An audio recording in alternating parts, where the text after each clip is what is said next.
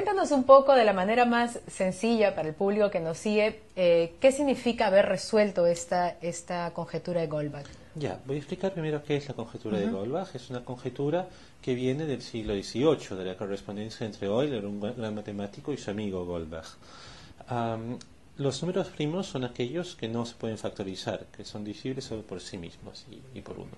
Entonces, 2 es primo, 3 es primo, 4 no es primo porque es 2 por 2, 5 es primo, 6 no es primo porque es 2 por 3, 7 es primo, 8 no es primo, 9 no es primo, 10 es 2 por 5, así que tampoco es primo, 11 sí es primo. Entonces, 2, 3, 5, 7, 11, 13, etc. Y los griegos sabían que hay un número infinito de números primos, eso lo podían demostrar. Demostrar quiere decir no solamente ver que la consecuencia no termina, sino tener una prueba matemática, como muchos de ustedes han visto en geometría, digamos, que muestra que en efecto hay un número infinito. La verdad es ya la prueba del infinito está justamente en los elementos de Euclides, porque solo los primeros 6 libros son de geometría, luego los que siguen, algunos son de teoría de números, o las bases de la teoría de números. Ya, vayamos a los griegos antiguos al siglo XVIII. La cuestión es cuál es la relación entre los primos, que se definen mediante la multiplicación o la división, y la suma. Es el comienzo de la teoría analítica de números. Estas conjeturas se han vuelto famosas porque tienen enunciados muy simples, pero son difíciles porque lo que subyace es una cuestión de base, esta relación entre la suma y los primos. Ya. Y se llama, perdón, conjetura, sí, porque es como una hipótesis que no se ha probado. Claro, la conjetura no se había probado. Algo es una conjetura hasta que se prueba y ahí se vuelve un teorema. Ya. La conjetura débil o ternaria nos dice que todo número impar a partir de 7 se puede expresar como la suma de 3 números primos. 7 es 2 más 2 más 3, 9 es 3 más 3 más 3, 11 es 3 más 3 más 5, 13, haz tú 13. 5 más 3 más 5. Muy bien. 15. 5 más 5 más 5. Muy bien. O 3 más 5 más 7 también está bien. Se puede hacer de varias maneras distintas. Y así, Goldbach veía que, bueno, parece que todos se pueden expresar así. Le preguntó a su amigo Euler, ¿esto es verdad? Yo le dijo, parece, pero no lo puedo probar. ¿Ya? Y ese fue el comienzo de la conjetura ternaria de Goldbach. Y 271 años pasaron y nadie pudo probar. Nadie pudo probarla. Se habían hecho avances a principios del siglo XX y luego había habido un progreso gradual, porque lo que pasa es lo siguiente: se podía avanzar hacia la conjetura en dos frentes. Yeah. Uno puede verificarla hasta cierto punto a la mano o por computadora, y en el siglo XIX la gente a la mano lo había chequeado hasta varios millones. Por otra parte, el gran avance fue a principios del siglo XX, cuando se podía dar una prueba que la conjetura era cierta a partir de un número muy grande, C. Empero, tomó mucho tiempo calcular ese C y resultó ser un número enorme. Ya. Luego fue siendo mejorado, pero todavía era mucho más allá que astronómico. El mejor resultado era 1 con 1346 ceros. Wow. A partir de ese nivel se sabía que era cierta. El problema... Eso te iba a preguntar, porque si es infinito, ¿cuándo terminas? ¿Cuándo sabes que ya probaste? Claro, la cuestión es que... Siempre puedes seguir encontrando algunos que no... Ese es el motivo por el cual que se diera una prueba de ese tipo, Ajá. aunque comenzara a un nivel muy elevado Okay. solamente. Eso ya era algo importante a principios del siglo XX. La cuestión es que había una laguna enorme entre... En el medio. Claro, en el medio. Okay. Entonces había que mejorar muchísimo la prueba. ¿Cómo es que uno lo sabe de manera infinita, para un número infinito de primos? Es que uno logra probar que hay una expresión para el número de maneras en el cual se puede escribir un número como la suma de tres primos. Así como viste que 15 se puede expresar de dos maneras. Y uno tiene una fórmula que es el tipo, aquí está el término, lo que se llama el término principal, y aquí está el término de error.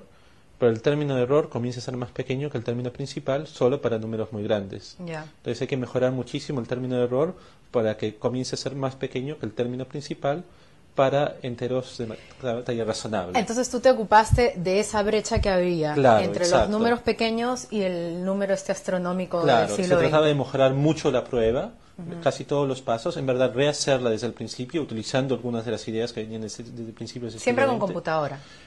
La computadora allí sirve más que nada... la computadora sirve para verificar los casos pequeños, porque la prueba siempre va con... Una prueba así, tipo término principal, término de error, va a comenzar a funcionar a partir de un cierto punto, cuando el término de error se vuelve pequeño. La cuestión es que el término de error sea tan bueno que comience a ser más pequeño que el término principal para que la suma sea positiva, el número de maneras de expresar algo sea positivo. Pero entonces para los números grandes no usas computadora. Ajá. Sí. No, ¿O te imagino como una pizarra gigante con un montón de números? En principio podría haber habido una prueba sin computadora, quizás, pero en un momento me di cuenta que sí era útil, en verdad, muchas pruebas, la prueba original de Vinogradov, cuando lo mostró para enteros muy grandes, en los años 30, no utilizaba computadora, utilizaba una máquina de escribir para escribir este artículo y eso era todo. Pero sí utilizo la computadora de una manera, o más bien un programador, David Platt lo utilizó, para verificar lo que se llama la hipótesis generalizada de Riemann hasta un cierto punto. La hipótesis en general está abierta, es irresuelta, uno no puede asumir que sea cierta, pero uno puede verificar que es cierta en el en los primeros 1.000 millones de casos o algo así. 1.000 millones, Y eso puede ser utilizado, es una de las muchas cosas que utilizo en la prueba. Ok, pero entonces en tu caso usaste a veces la computadora para números más pequeños y lo otro que a mano hacer La prueba siempre es a mano, la prueba siempre es algo a mano, uno tiene el derecho a utilizar. El cálculo más grande, como dije, es este de los ceros de las funciones L, que quizás no voy a explicar ahora mismo. No, gracias. Pero sí utilizo un cálculo en la prueba, pero casi toda la prueba es a mano. Claro, la fórmula tienes que obviamente hacerla tú, pero claro. Luego para hacer la computación de esa fórmula en números grandes, ¿te sirve la computadora o no? Sí, para los números pequeños sirve la computadora. Para la parte principal de la prueba, en la mayor parte de intentos no he utilizado una computadora. Yo sí utilizo un cálculo hecho por computadora, pero es una parte, yo diría, no es la parte principal de la prueba. ¿Cuánto tiempo te ha tomado resolver esta conjetura y desde cuándo tú pensaste que me quiero enfrascar en esto y quiero resolverlo? Bueno, comencé a trabajar en ella en el 2006. Yo ya conocí el trabajo de Vinogradov de cuando estaba haciendo la carrera, porque tenía que estudiar una versión de la prueba, pero comencé a trabajar en serio en el 2006. Pero ¿cómo así dijiste, esto es lo que quiero? ¿Por qué te retó eso? Ya, es una buena pregunta. Lo que sucedió es que al principio yo tenía una meta mucho menos ambiciosa, el 2005. Yo simplemente quería dar otra prueba del resultado que ya se conocía de Vinogradov. Y bueno, estaba escribiéndola y yo hablaba con amigos, me dijeron, en verdad, una prueba muy parecida y es conocida, se hizo en los años 80. Y yo fui a leer esa prueba y bueno, comencé a leer parte de la literatura existente en los artículos. Y me estaban preguntando, pero por cierto, lo que tenías en mente funciona para todos los enteros porque eso está abierto y es interesante. Abierto quiere decir resuelto. Y yo dije, no, lo que tenía no funciona para todos los enteros, pero voy a ver qué tan lejos estamos de eso, si realmente hay interés en hacerlo para todos los enteros. Y había mucho interés, y yo comencé a leer todo lo que había, y yo me di cuenta, yo puedo mejorar esto, puedo mejorar el otro, quizás logre resolver el problema. Y ya comencé en serio el 2006, como decía, y luego algunos años le dedicaba la mitad de mi tiempo, otros lo dejé un poco, y el último año y medio yo estuve trabajando duro casi solamente en eso. Pero tenías siempre tenías claro que ibas a poder llegar, que era una cuestión de tiempo, o siempre fue el 2006 estaba muy optimista, luego quizás perdía un poco la esperanza después, o decía no tengo las energías, o por allí no va a ser suficiente, pero al final todo resultó. Qué bueno, qué bueno. Y bueno, esto te ha abierto unas puertas en todo sentido, imagino, a nivel, bueno, no solamente internacional, ¿no? Ser reconocido internacionalmente, acá también estás recibiendo muchos honores y reconocimientos por tu trabajo. ¿Cómo se siente eso? Bueno, es raro. un poquito, no diría agobiante, más bien me siento halagado de los honores, pero al final los honores no son una meta en sí. Claro. La gente resuelve este tipo de problemas para aumentar un poco nuestros conocimientos, pero si cualquier atención que reciba se puede utilizar para más bien aumentar el interés del público en general por la ciencia y también ayudar a organizar cosas para los jóvenes en matemática en este país, estaría muy bien. ¿Cómo has visto? ¿Tú eres de qué parte del Perú? ¿Ya hace cuánto saliste Lima. Aquí? Sí, bueno, de la frontera entre Cercado de Lima y Pueblo Libre. Ya.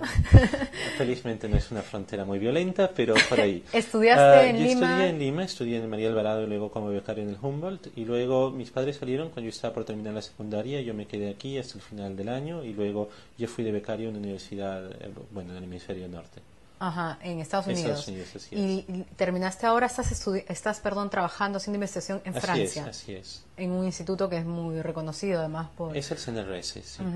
Y ¿Tienes planes de organizar, como tú dices, aquí en el Perú, una serie de eventos para Sí. dar a conocer a los jóvenes peruanos un poco lo que es la investigación matemática o cuál es Era tu...? algo un poquito más especializado. Yo ya he organizado en el pasado lo que se conoce como escuelas de verano o escuelas de invierno, que son como conferencias, pero no tanto conferencias donde hay una charla por investigador y donde cada uno presente sus propios resultados todo el tiempo, sino más bien una conferencia orientada hacia estudiantes de posgrado o jóvenes Okay. investigadores. No, el año pasado ayudé a organizar algo así en Chile y salió muy bien, varios estudiantes de Perú fueron, y entonces la cuestión sería, yo estoy tratando de organizar algo en Cusco o Arequipa para el 2015, y ahí estoy tratando de conseguir fondos, saber cómo se hace la organización local. Perfecto, excelente. Harald, antes de despedirnos, las matemáticas en general para los jóvenes, salvo excepciones, suele ser algo bastante tedioso, ¿no? En muchos casos problemático. ¿Tú qué quisieras o qué podrías decirle a los chicos, ya no los que están especializados, ¿no? Sino los que están en el colegio? Me parece que es importante, la gente dice que la matemática es aburrida y que la matemática es difícil.